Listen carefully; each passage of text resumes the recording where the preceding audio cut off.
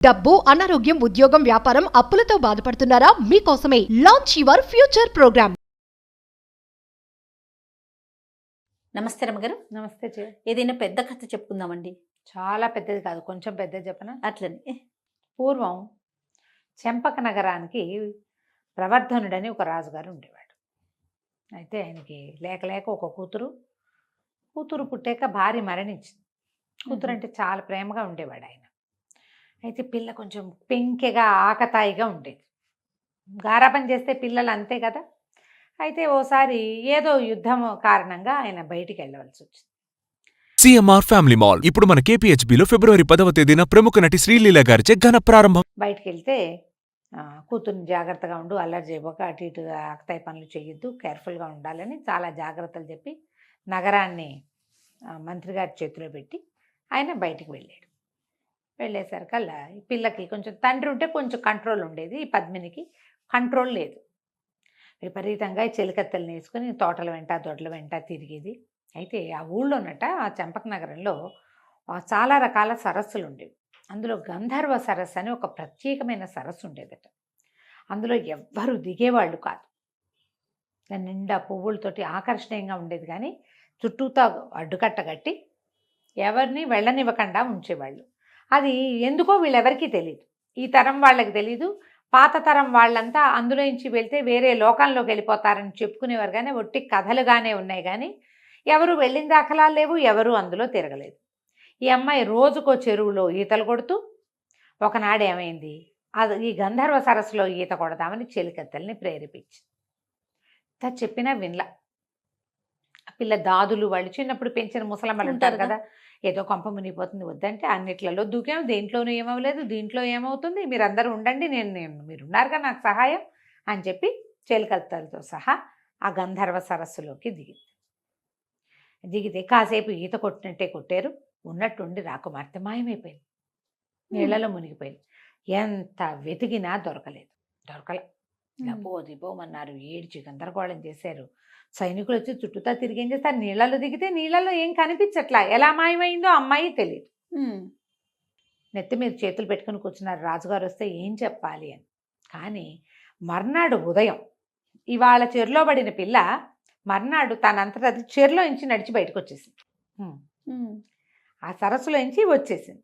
ఆ బయట అందరూ దుఃఖపడుతూ సైనికులు వాళ్ళు వీళ్ళు ఉన్నారు కదా, వాళ్ళంతా నీళ్ళ నుంచి ఇంకేంది రాకుమార్తె వస్తోంది అన్నారు. తడి బట్టలతో వస్తుంది కదా, చెలికత్తెలు దాదులు పరిగెత్తుకొచ్చారు. అమ్మాయి చుట్టూతా బట్టలు కప్పి లోపల తీసుకుపోయారు. క్రమంగా వీళ్ళకి తెలిసింది ఆ పిల్ల గర్భవతి అయింది. రాజుగారు తిరిగి వచ్చేసరికల్లా 5 నెలల్లో ఏమో పట్టింది, 4-5 నెలలు పట్టింది. ఆయన వచ్చేసరికి పిల్ల 5 నెలల గర్భవతి. చాలా కోపం వచ్చింది. ఇట్లాంటి పని చేస్తావా, నా పరువు ఇట్లా తీయటానికి ఈ రకంగా ఎందుకు చేసావు నువ్వని కూతుర్ని చాలా నిర్బంధించి కేకలేసి చాలా కఠినంగానే ప్రవర్తించాడు. పాపం తిట్టాడు బాగా. పెళ్ళి ఏం చెప్పిందంటే, నేను ఇక్కడ ఎవరితోటి ఏ రకమైన పని చేయలే, ఈ గంధర్వ సరస్సులోకి దిగితే లోపల ఎవరో నాకు తెలీదు, అతను నాగుడో గంధర్వుడో తెలీదు. నన్ను నీళ్ళలోంచి లోపలికి తీసుకెళ్ళిపోయాడు. అందులో లోపల ఒక పెద్ద భవనాలు, తోటలు, దొడ్లు ఉన్నాయి. ఆ రాత్రి అతనితోటి గడిపాను. మర్నాడు నన్ను చెరువులో వదిలిపెట్టేశాడు. అతని వల్లే నేను గర్భవతిని అయ్యాను అని చెప్పింది. ఊళ్ళో అదే ప్రచారంలోకి వచ్చింది. ఇంకా వేరే ఏం జరగల. పిల్ల ఇక్కడ మాయమైపోయి తిరిగి వచ్చింది. ఇక గంధర్వుడో నాగుడో ఎవరో మనకు తెలియదు. అక్కడి నుంచి కొంతకాలానికి అమ్మాయికి పిల్లవాడిని కన్నది. రాజుగారి ఇక చేయగలిగేది ఏం లేదు కదా, మనుష్య తప్పిదమైతే మనుషుల్ని పట్టుకోగలుగుతాడు. ఈ గంధర్వుల్ని ఎట్ట పట్టుకుంటాం, అట్టి పెట్టుకున్నాడు కూతుర్ని. మెల్లిగా నెలలు నిండినే ఆ అమ్మాయికి ఒక కొడుకు పుట్టాడు. చక్కగా ఉన్నాడు.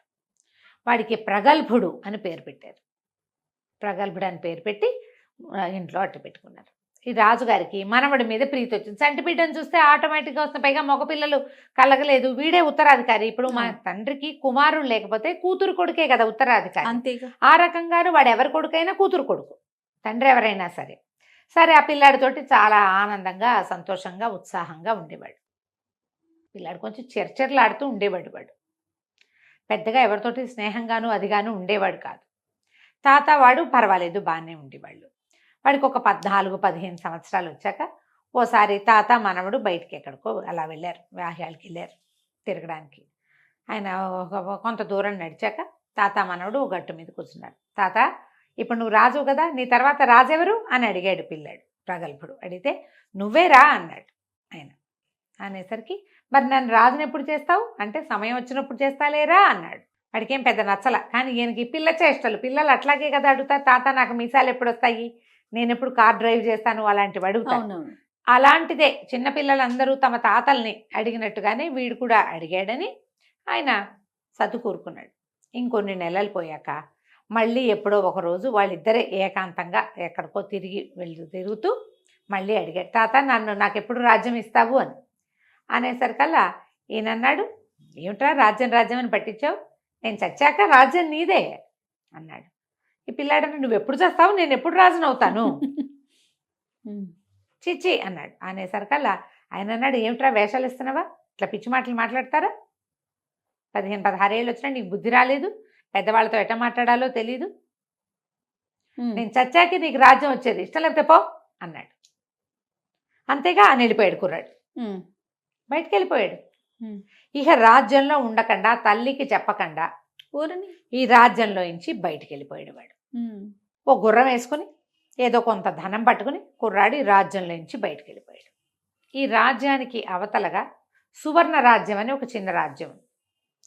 ఇతను అడవిలో వెళ్తున్నప్పుడు ఆ సువర్ణ రాజ్యం తాలూకు రాజుగారు అనేటువంటి సువర్ణుడు ఆ అడవిలో వీడికి తారసపడ్డాడు. ఆయన దారి తప్పిపోయాడు, దాహంతో అలమటిస్తున్నాడు, ఎవరైనా సహాయం దొరుకుతుందేమోనని చూస్తున్నాడు.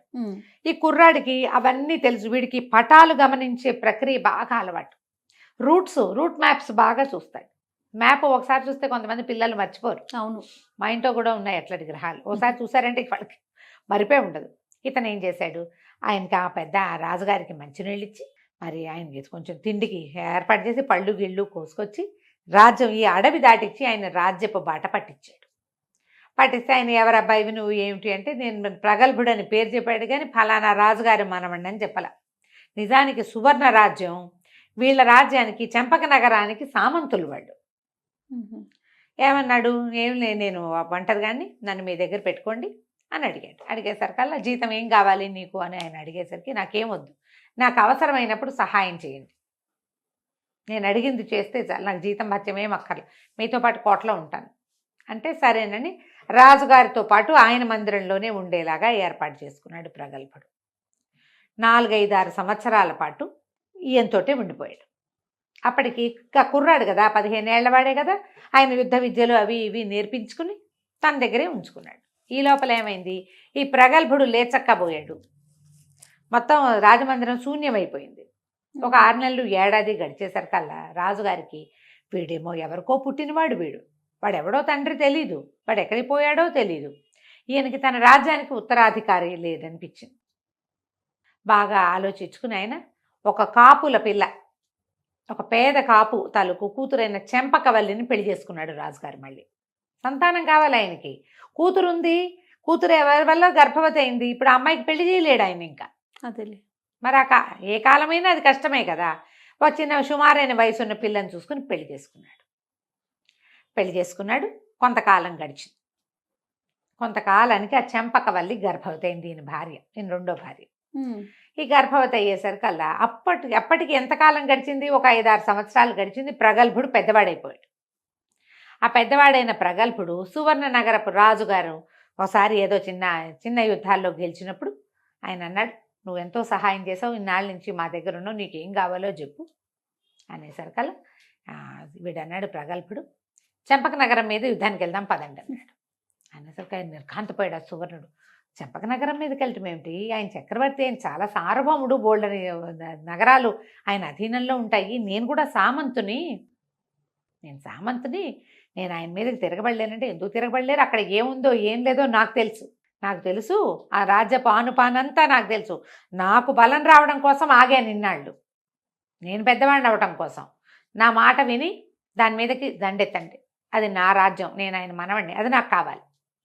మరి ఇంత సహాయం చేసి అప్పుడు దాన్ని అడవిని దాటిచ్చిన కుర్రాన్ని కాదని ఎందుకంటాడు. ఆయన అంతా సన్నాహం చేసుకుని చెంపక నగరం మీదకి దండెత్తొచ్చారు. దండెత్తొచ్చేసరికి ఈ అమ్మాయికి చెంపకవల్లికి 5-6 నెలలు వచ్చినాయి. ఈ ప్రవర్ధన మహారాజు అన్నాడు, భార్యకి చెప్పాడు, అమ్మాయి ఈ యుద్ధంలో నేను గెలుస్తానో గెలవనో తెలియదు, ఎటు పోయి ఎటొస్తుందో, మగపిల్లవాడే పుడతాడని మనకి జ్యోతిష్యులు చెప్పారు. వాడు పుడితే ఇదిగో నా గొలుసుని రాజుగారు తన మెడలో ఉండేటువంటి రాజముద్ర ఉన్న గొలుసుని భార్య చేతిలో పెట్టాడు. ఇక్కడ ఎక్కడా ఉండద్దు, ముందు మీ నాన్న ఇంటికి వెళ్ళిపో, తండ్రింటికి వెళ్ళిపోమని అంతఃపురంలో నుంచి భార్యని ఆ మెడలో గొలుసుతో పంపించేశాడు. మరి కూతురు ఇక్కడే ఉంది, కూతురు ఇక్కడే ఉంది, జరుగుతోంది కదా. అక్కడి నుంచి ఏమైంది, యుద్ధానికి వచ్చింది ఎవరు, మనవడని తెలియదు, తెలియదు కదా, సువర్ణుడు అని తెలుసు. వీళ్ళకి తెలిసింది సువర్ణుడు. ఏదైనా ఇబ్బంది అవుతే, ఒకవేళ నేను ఓడిపోతే పిల్లాన్ని రాజుగా పెంచాలి, ఇదిగో వీడే ఈ నగరానికి రాజని చెప్పాలి అని చెప్పి భార్యని పంపించేశాడు. రాజముద్ర అని అమ్మాయి చేతిలో పెట్టి పంపేశాడు. యుద్ధానికి వెళ్ళారు. వెళ్ళేసరికల్లా కుర్రాడు మనవడు యుద్ధంలో తాతగారిని సంహరించాడు. ప్రవర్ధన మహారాజు మరణించాడు. మహారాజు మరణించేసరికల్లా ఇంకేముంది, ఇప్పుడు రాజు అయిన వాడెవడు, ఆయన స్వయాన మనవడే.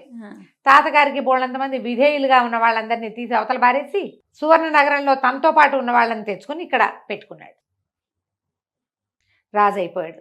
తల్లికి ఏం అభ్యంతరం, తన కొడుకేగా రాజు అయ్యాడు, తండ్రికి చంపేశాడని కాస్త దిగులు పుట్టినా తన కొడుకు తిరిగి వచ్చాడని సంతోషించు.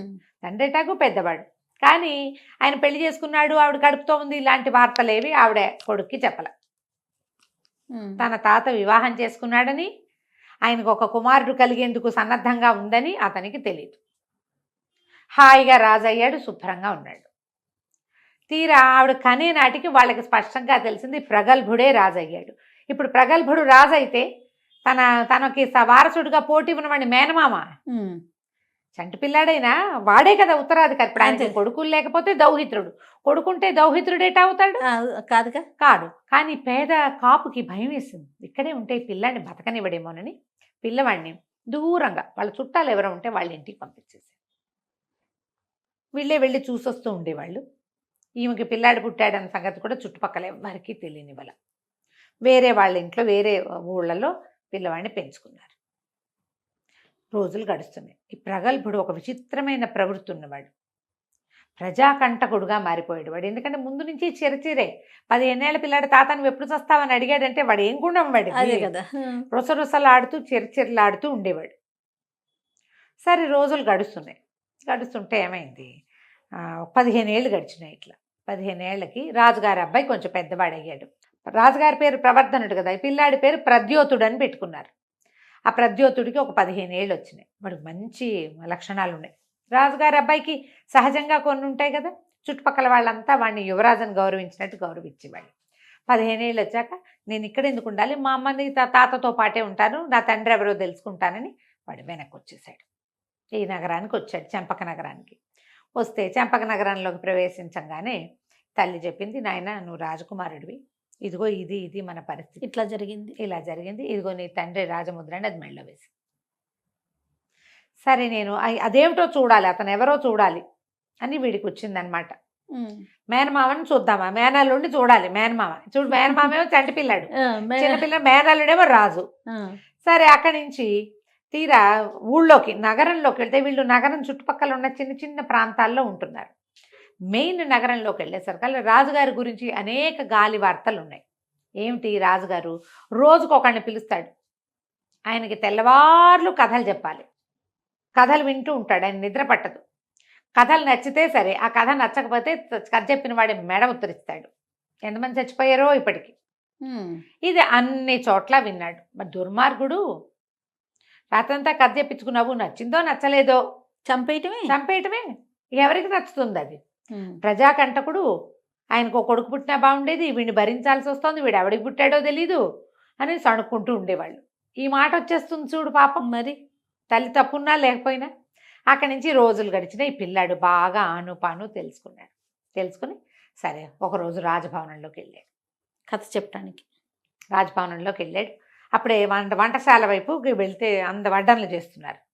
ఈ అబ్బాయి కూడా చకచకా వెళ్ళి అక్కడ కూర్చుంటే ఎవరేంటి రాజుగారికి కథ చెప్పడానికి వచ్చాను వడ్డించన్నాడు. తెల్లబోయారు వాళ్ళు. రాజుగారికి కథ చెప్పేవాడు చస్తునో దేవుడు అన్నట్టు వస్తాడు.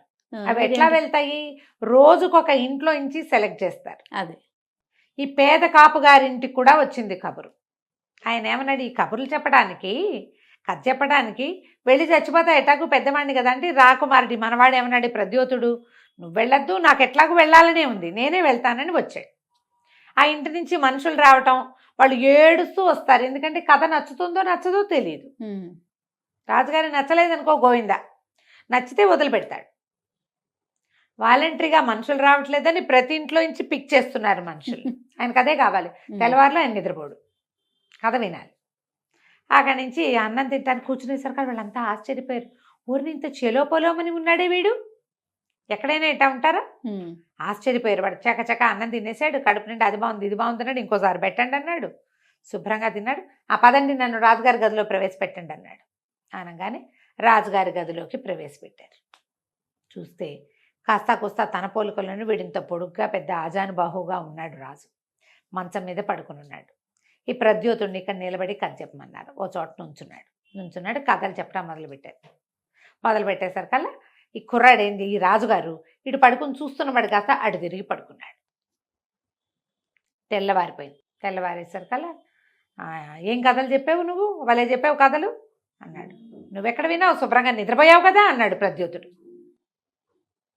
రాజు ఏమన్నాడు, భలే బాగా చెప్పావు కథలు అన్నాడు. నువ్వు విన్నది ఎక్కడ, నేను చెప్తూనే ఉన్నా, తెల్లవారు నాకు వచ్చిన కథలన్నీ రామాయణం మహాభారతం భాగవతమును, నువ్వు వినలేదు కదా, నువ్వు నిద్రపోతువి శుభ్రంగా అనేసరికల్ సర్రమని లేచాడు. నేను నిద్రపోవటం ఏంటి, నేను అసలు కన్నే ముయ్యను, అటు తిరిగి పడుకున్నాడు అంతే అనేసరికల్లా వీడన్నాడు, కన్నే ముయ్యవా, ఏ పాముకు పుట్టావు నువ్వు అని అడిగాడు. ఏ పాముకు పుట్టావు నువ్వు, అందుకే నువ్వు కన్ను ముయ్యవు.